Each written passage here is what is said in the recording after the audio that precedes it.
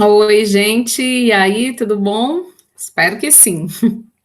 Vamos usar esse espaço aqui, vai ser um vídeo curto, para que a gente possa falar um pouco sobre a responsabilidade civil pelo dano ambiental.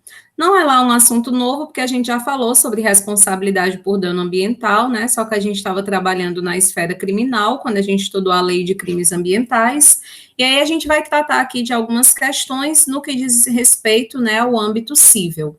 Então, vamos rememorar aqui algumas questões, né? Por exemplo, quando a gente pega o artigo 225 da nossa Constituição, que vai tratar, né? Ele compõe o título que trata sobre meio ambiente.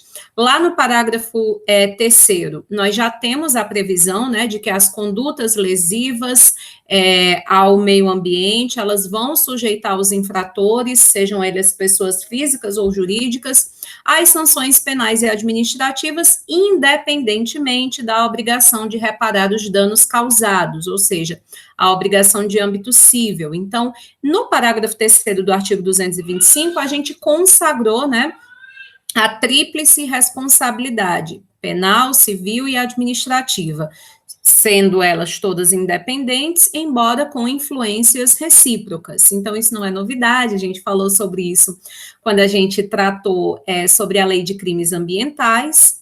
Outra coisa que é interessante a gente observar é esse crescimento histórico, né, dessa proteção ambiental no nosso país. Em 1992, a gente sabe que houve um evento de extrema relevância, né, para a proteção ambiental, não somente no nosso país, mas no mundo inteiro, a Rio 92, a primeira conferência internacional organizada pela ONU após o relatório Brundtland, né, após o conceito de desenvolvimento sustentável ter sido consolidado, e nesse evento internacional, né, nessa conferência promovida pela ONU, nós temos um documento, alguns de vocês até fizeram referência a ele, né, na nossa prova de AV1, eu pedia que vocês fizessem referência a documentos internacionais que tratavam de proteção ambiental, e muitos de vocês trouxeram a Declaração do Rio de Janeiro, de 92. E essa declaração, ela contém uma série de princípios, né, que deveriam nortear a ação dos governos e das populações em geral, para que a gente pudesse garantir um meio ambiente saudável, né? Para que a gente pudesse ressaltar o caráter ubíquo e o desejo de proteção. E aí, um desses princípios, né, que é o princípio número 13, ele coloca que os estados, eles devem desenvolver, eles devem estar atentos à elaboração de legislações nacionais que sejam capazes de responsabilizar, né, as vítimas por danos ambientais, seja por questões de degradação do meio ambiente natural, artificial, cultural ou do trabalho. Então, isso lá em 92, né, não como lei, mas como uma orientação principiológica, né, axiológica, já existia para todos esses países que participaram da Rio 92, já se sabendo que seria extremamente importante para um caráter repressivo do dano ambiental, a garantia da responsabilização dos sujeitos que assim, né, ocasionam.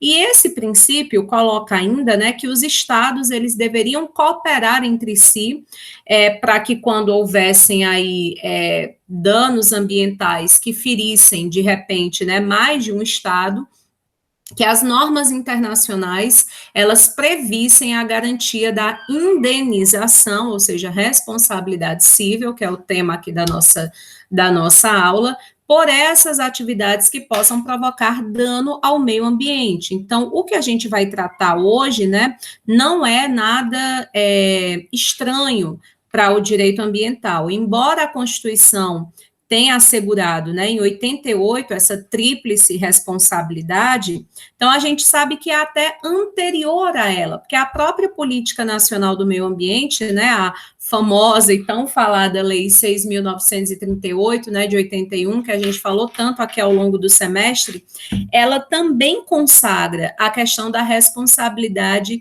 civil pelo dano ambiental. Então, a gente tem que desde 81 isso já era previsto, que em 88 foi consagrado e elevado ao patamar de uma perspectiva constitucional e que em 92 foi referendado pela comunidade internacional por meio aí da Declaração do Rio de Janeiro.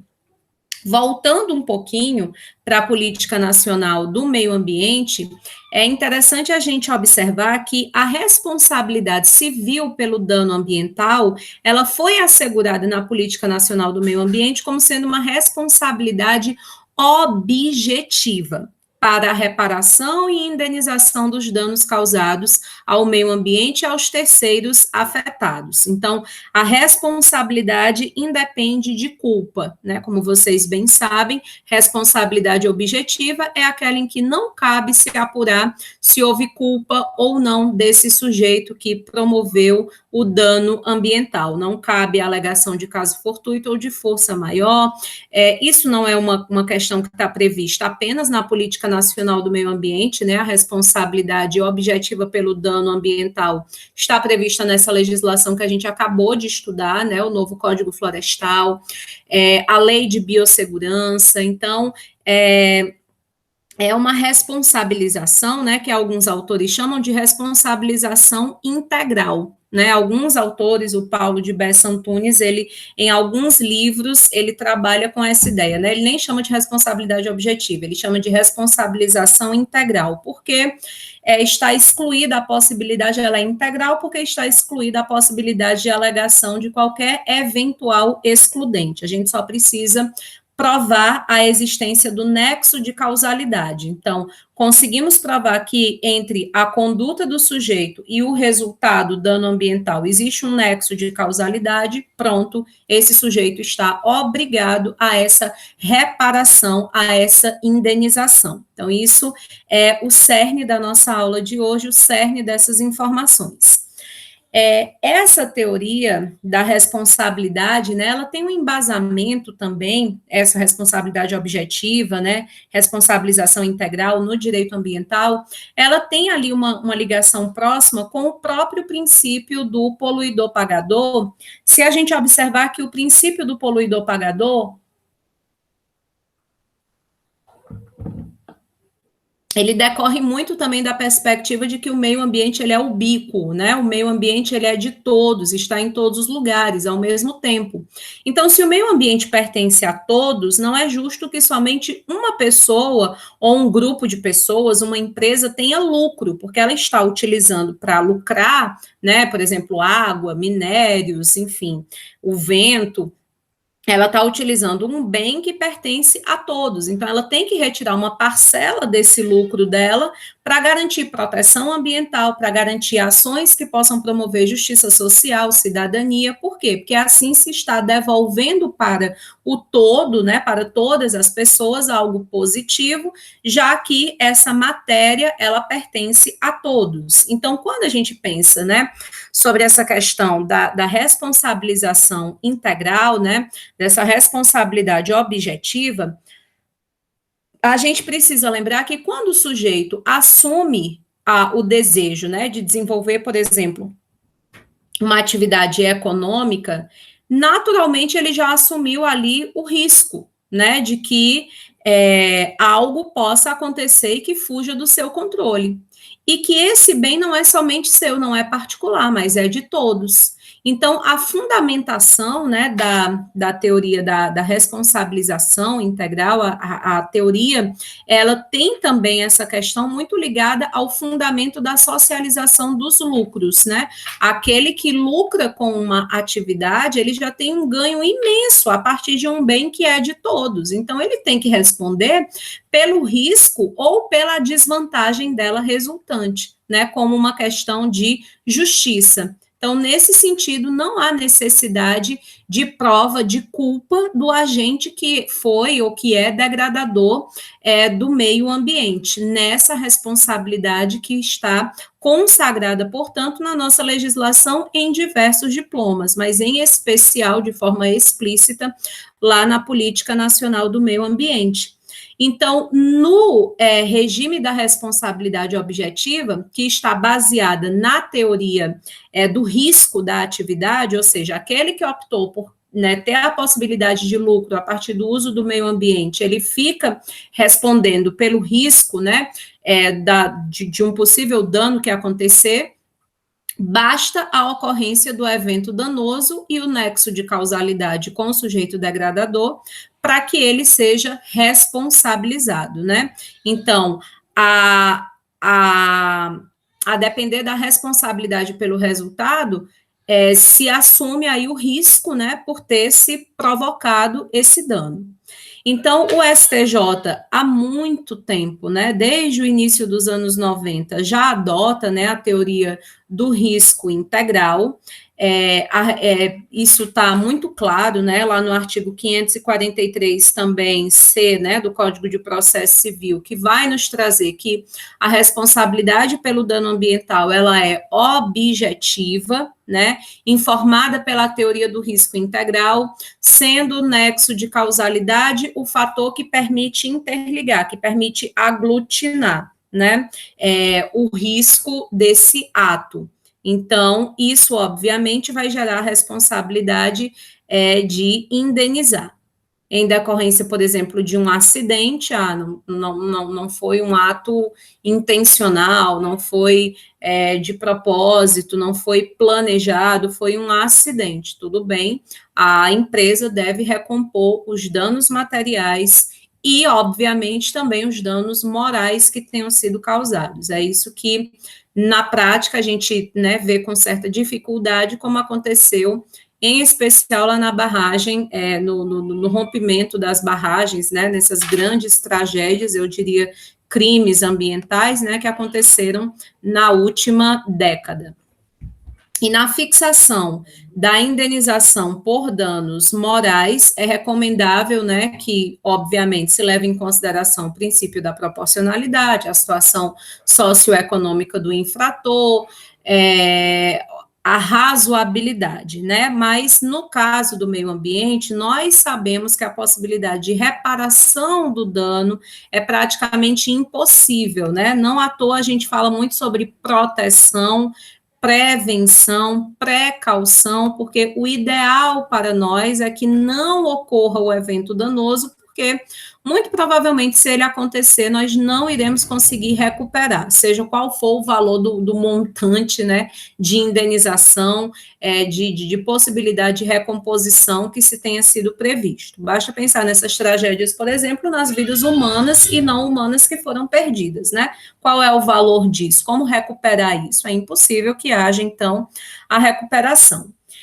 E nos julgados mais recentes do STJ, ele vem considerando que a responsabilidade civil, né, por dano ambiental, ela é objetiva e solidária, ou seja, solidária todos os agentes que tenham de forma direta ou indireta, né, contribuído ou tido proveito com essa atividade que está gerando o dano ambiental, eles devem responder solidariamente por esse dano. E aí, isso levando em consideração a teoria do risco integral, né, o princípio do poluidor-pagador, que também está assegurado, né, na Política Nacional do Meio Ambiente, né, aquela legislação lá de 81, que a gente ressaltou muitas vezes ao longo do semestre, né, que é base, que é fundamental para que a gente tenha condição de interpretar todas as legislações, todos os princípios do direito ambiental brasileiro. O poluidor, ele vai responder mesmo no caso de dano involuntário, né, e aí é o que a gente vem repetindo aqui, né, não tem muito o que dizer, não é preciso provar má-fé, né, é preciso apenas garantir que houve ali um nexo de causalidade material. Isso diante da teoria do risco. Isso a partir de uma fundamentação dos princípios da proteção, da prevenção, da precaução, do poluidor-pagador, do desenvolvimento sustentável, porque a gente está, portanto, né, a partir dessa repressão, digamos assim, né, dessa responsabilização, tentando evitar, né, dando aí o papel pedagógico do direito, né, para evitar que o dano possa vir a se repetir, e garantindo, então, a solidariedade intrageracional. Agora, se não for possível provar o nexo de causalidade, o dano ocorrido com a atividade econômica desenvolvida, com a conduta, né, do sujeito que está em papel de possível depredador, degradador do meio ambiente, aí sim ele não vai poder ser responsabilizado.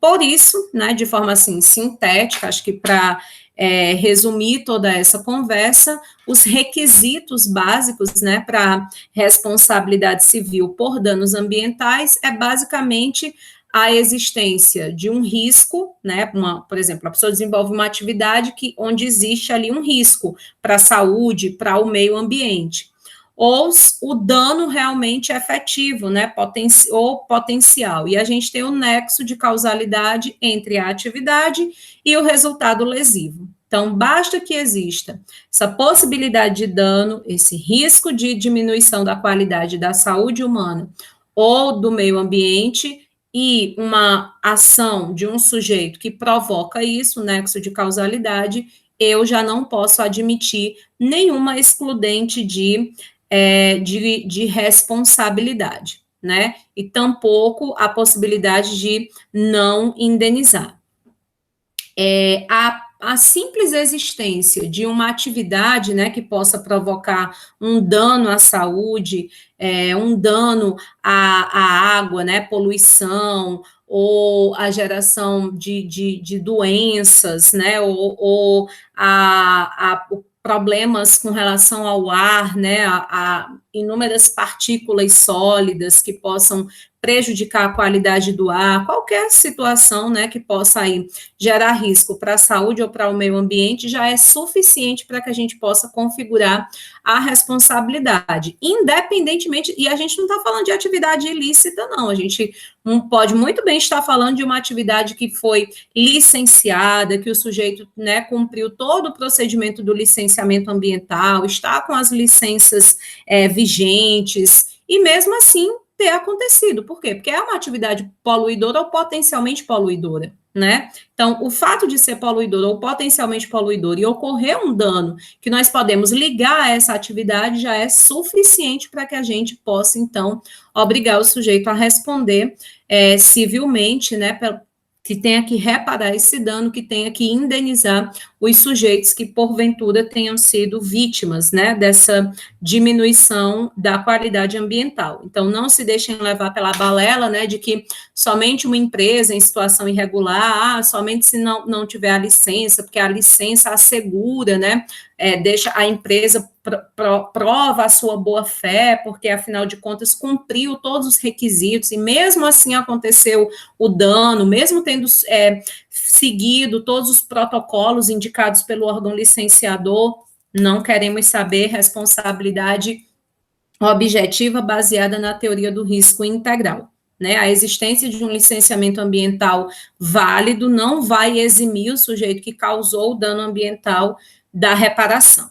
certo? Então, isso é bem importante, é uma casca de banana que, de repente, pode aparecer e que é importante que a gente, né, eu posso estar sendo repetitiva, mas eu prefiro pecar pelo excesso, acho que é importante a gente frisar, né, que uma vez comprovado o nexo de causalidade entre o evento e o dano, não cabe aí nenhuma alegação de excludente de responsabilidade. O STJ, inclusive, né, traz isso na sua jurisprudência, colocando que qualquer alegação de caso fortuito de força maior, de alegação sobre boa-fé ou má-fé, não importa se tiver havido degradação, diminuição da qualidade da saúde humana, do meio ambiente, né? E para apurar o nexo de causalidade, vai se equiparar a quem faz, né? Quem não faz quando deveria fazer, quem deixa de fazer, quem não se importa que façam, quem financia que façam e quem se beneficia quando outros fazem.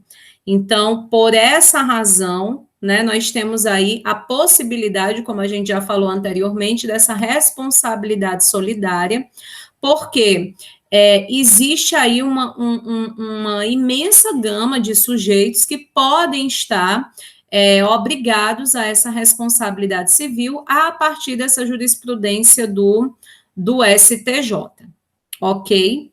Eu estou deixando para vocês um texto complementar, tem também uma indicação de leitura no cronograma de disciplina, e sexta-feira, eu acho que quando a gente começar a resolver as questões de concurso sobre o assunto, se não tiver ficado claro o suficiente, né, acho que a coisa tende a ficar mais clara ainda, tá bom? Qualquer dúvida, qualquer questão que vocês queiram aí trazer, é só falar comigo, eu estou à disposição, tá bom? Um abraço, gente, tchau, tchau.